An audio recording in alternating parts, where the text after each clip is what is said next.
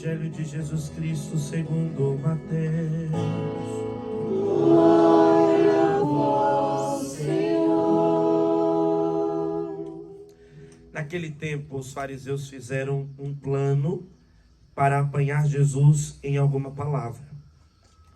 Então, mandaram os seus discípulos, junto com alguns do partido de Herodes, para dizerem a Jesus: Mestre, sabemos que és verdadeiro e que, de fato, ensinas o caminho de Deus. Não te deixas influenciar pela opinião dos outros, pois não julgas um homem pela aparência. Dize-nos, pois, o que pensas? É lícito ou não pagar impostos a César? Jesus percebeu a maldade deles e disse: Hipócritas, por que me preparais uma armadilha? Mostrai-me a moeda do imposto. Levaram-lhe então a moeda. E Jesus disse: De quem é a figura e a inscrição desta moeda? Eles responderam: De César. Jesus então lhes disse: Dai, pois, a César o que é de César, e a Deus o que é de Deus. Palavra da salvação. Glória a vós, Senhor.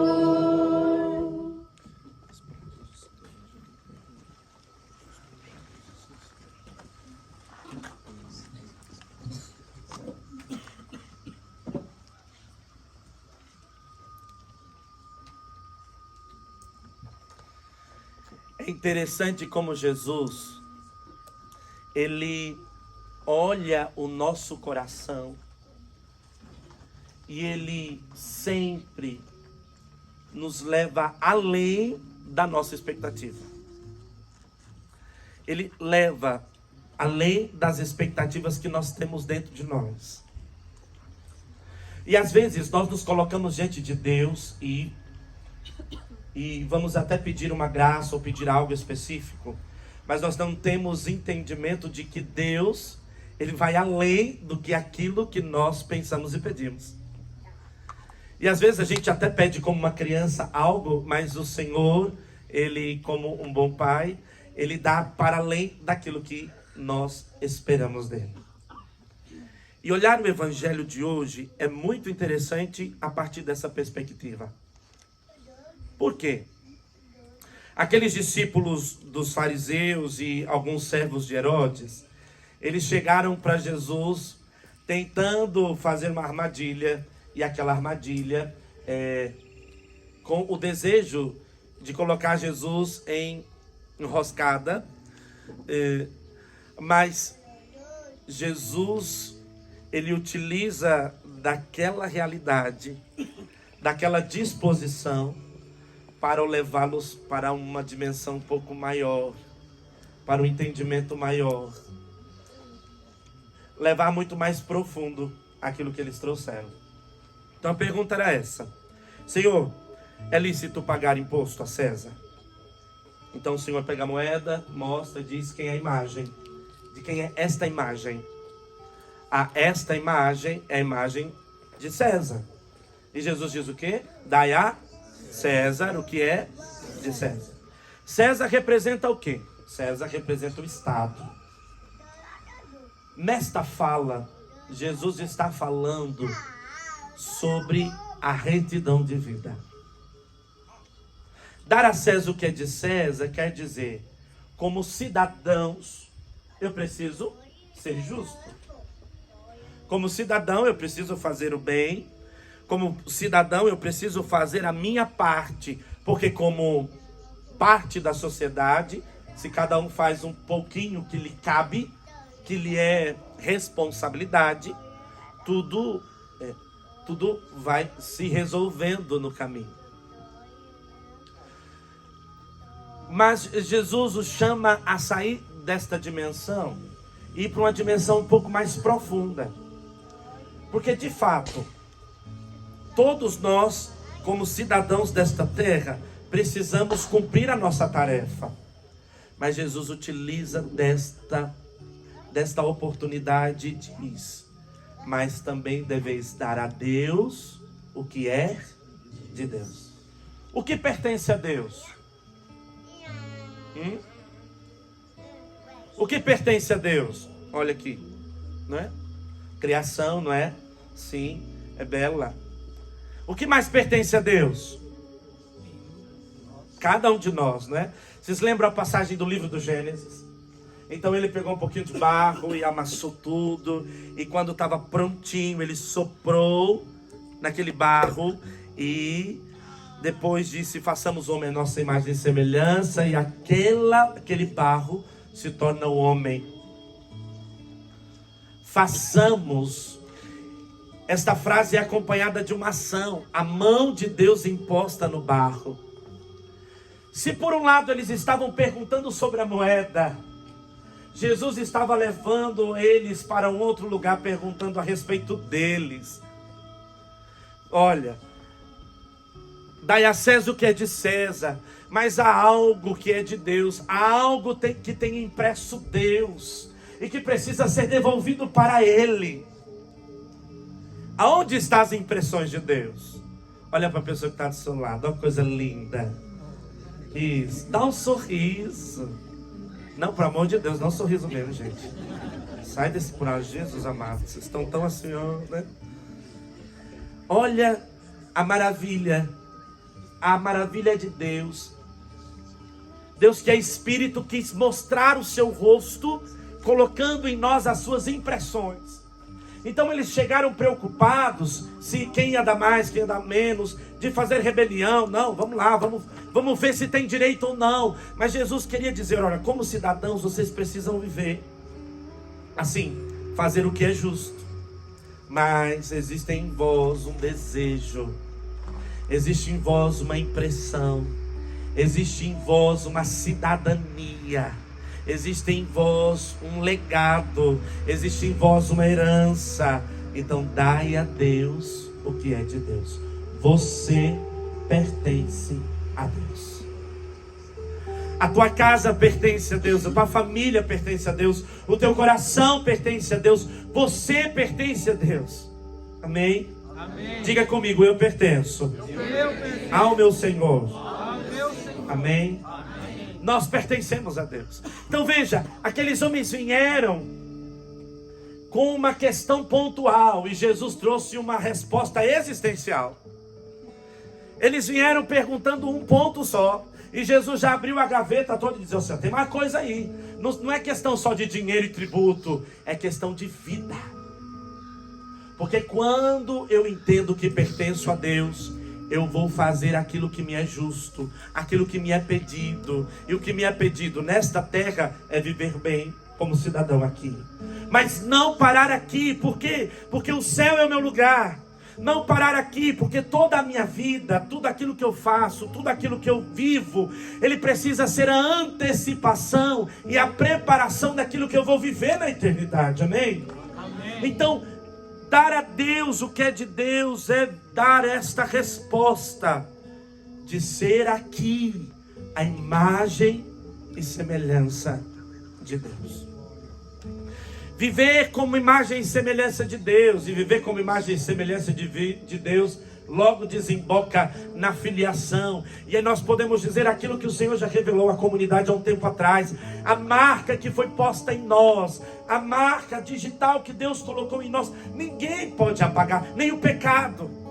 E mesmo que os nossos olhos busquem olhar para fora, Deus nos chama a olhar para dentro. Olhar para dentro de nós e perceber que dentro de nós há um desejo, há uma vontade, há um anseio, há um grito dentro de nós. O desejo de viver aqui na terra, entendendo que aqui não é passagem, mas viver para o céu. E este grito que existe dentro de nós nos chama a conversão de vida. Nos chama a uma vida de virtudes. Nos chama a uma vida de conversão. Nos chama a uma vida nova. Este grito que existe dentro de nós nos chama para a vida da graça. Para a vida da graça. E para viver esta vida da graça, nós precisamos ter a disposição de sair da moeda e ir para a filiação. Você não é moeda de troca, você é criado para a eternidade. O pecado usa de nós como moeda de troca, de modo que, olha, eu te dou um pouco mais, se você me dá um pouco mais, se você fizer, eu te dou um pouco mais. Então, o pecado vai nos seduzindo, mas a nossa filiação, ela não muda, ela não passa. E mesmo que o pecado tente roubar de nós, não é possível arrancar de nós a marca que Deus colocou, a marca que Deus impressou. Nós somos a imagem de Deus. Nós somos a imagem de Deus. Nós somos a imagem de Deus. Bom, e porque você é a imagem de Deus e a habitação de Deus, nós precisamos entender algo. Deus é ciumento, não é? Deus é muito ciumento. Ele não aceita muito dividir o lugar dele com ninguém. E é por isso que quando mais nós nos aproximamos de Deus, mas Ele vai pedindo de nós assim, ó, deixa a vida velha, deixa a tua postura. Se em a velha, e se em teu coração você estagnou e não existe mais incômodo com o modo de vida velha, pode ser que dentro de você esteja nessa dinâmica da moeda, mas o Senhor está te chamando para a dinâmica da filiação. Desejo de mudar, desejo de transformação de vida, porque pertencemos a Ele. Muitas angústias que habitam dentro de nós, muitos desejos que habitam dentro de nós, muitas preocupações, é porque ainda não encontramos a esperança, não colocamos a nossa vida por inteiro nas mãos do Senhor. Então dai a Deus o que é de Deus.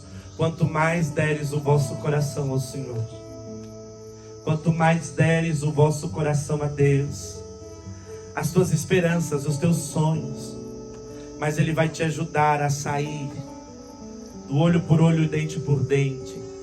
Ele vai te ajudar a sair da vida de escravidão do pecado e vai te ajudar a desejar o céu, desejar a eternidade. O apóstolo Paulo, na segunda leitura, nos traz duas coisas importantíssimas, que ele olha para a comunidade de Tessalônica e diz que são estas duas coisas que faz com que Tessalônica se transforme em uma comunidade nova, uma comunidade à imagem de Deus. A primeira coisa, palavra de Deus, e a segunda, a força do Espírito. Diga comigo: a primeira, palavra de Deus, a segunda, força do Espírito. Estas duas condições é o que nos tira da condição, de qualquer condição de mal e pecado em nós, e nos leva para a vida da graça. A palavra traz ordem, a palavra traz direção, a palavra traz entendimento, a palavra traz revelação, a palavra traz motivação, a palavra traz entusiasmo, a palavra corrige, a palavra modifica, ela dá ordem. A palavra, ela gera isso, ela cria, ela recria. A palavra gera isso em nós. Ela cria o desejo de vida nova, ela dá a nós. Criar em mim um coração que seja puro. A palavra dá a oportunidade de um coração novo. E a força do Espírito, Ele dá a graça de pegar esta palavra e transformá-la em vida. Transformá-la em vida. De modo que nós não mudamos pela nossa força. Nós não conseguimos mudar de vida pela nossa força, mas é pela força do Espírito Santo. É o Espírito Santo que pega a palavra recebida e transforma em nós em vida, impressa em nós um novo modo, impressa em nós uma nova maneira, impressa em nós um novo desejo, impressa em nós uma nova esperança. É o Espírito Santo. Palavra e o Espírito. Então, se nós queremos hoje, se nós desejamos hoje corresponder a esse desejo de Deus, de dar a Deus o que é de Deus, de viver uma vida de acordo com a vontade de Deus, nós precisamos abrir o nosso coração para a palavra e deixar que o Espírito Santo possa ser o grande mestre, como diz São Felipe Neri, o Espírito Santo é o grande mestre de nossas almas. Mestre porque ensina, mestre porque nos impulsiona e nos empurra. Mestre por isso. A palavra e o Espírito. A palavra está aqui, o Espírito está entre nós. Basta agora só você dar a disposição para que Ele possa dar a você a oportunidade de uma vida a partir da vontade de Deus. Você deseja, você quer, você deseja fazer a vontade de Deus na sua vida, você deseja deixar para trás o homem velho, você deseja dar a Deus o seu tributo de louvor, mola a Deus um sacrifício de louvor, você deseja dar a Deus o seu dízimo, o dízimo da tua vida, a entrega, a busca por uma vida nova. Então, deixe que a palavra e o Espírito possa ser a motivação para uma vida nova. Quanto a vocês, filhos, é isso que eu peço ao Senhor, que a palavra nunca saia dos vossos ouvidos e dos vossos corações. A palavra de Deus, porque ela vai gerar ordem e transformação. Ela vai dar esperança quando as coisas ficarem turvas. É ela que vai dar caminho quando todas as vozes se calarem. É ela que vai dar a coragem. É ela que vai ser o alimento da mesa. Então que os vossos corações se alinhem com a palavra. Tenham sempre o desejo de ouvir a palavra, o desejo de conhecer mais a palavra, o desejo de estar disposto ao que a palavra de Deus tem de revelação nova para o coração de vocês. E a segunda coisa é: vivam a vida no Espírito. Sejam cheios do Espírito Santo. E para ser cheio do Espírito Santo não precisa nada a não ser disposição. E a disposição de vocês estar aqui hoje e se colocar diante do altar e diante dos irmãos já é a disposição que o Senhor deseja, para que vocês sejam cheios do Espírito dele e que a vossa vida possa ser uma vida nova a partir dessa noite. Então eu quero pedir hoje, a nossa oração não vai ser por nós, mas hoje a comunidade vai orar por vocês, pedindo a abertura do coração de vocês para a palavra e pedindo aos ouvidos de vocês e ao coração de vocês a força do Espírito Santo.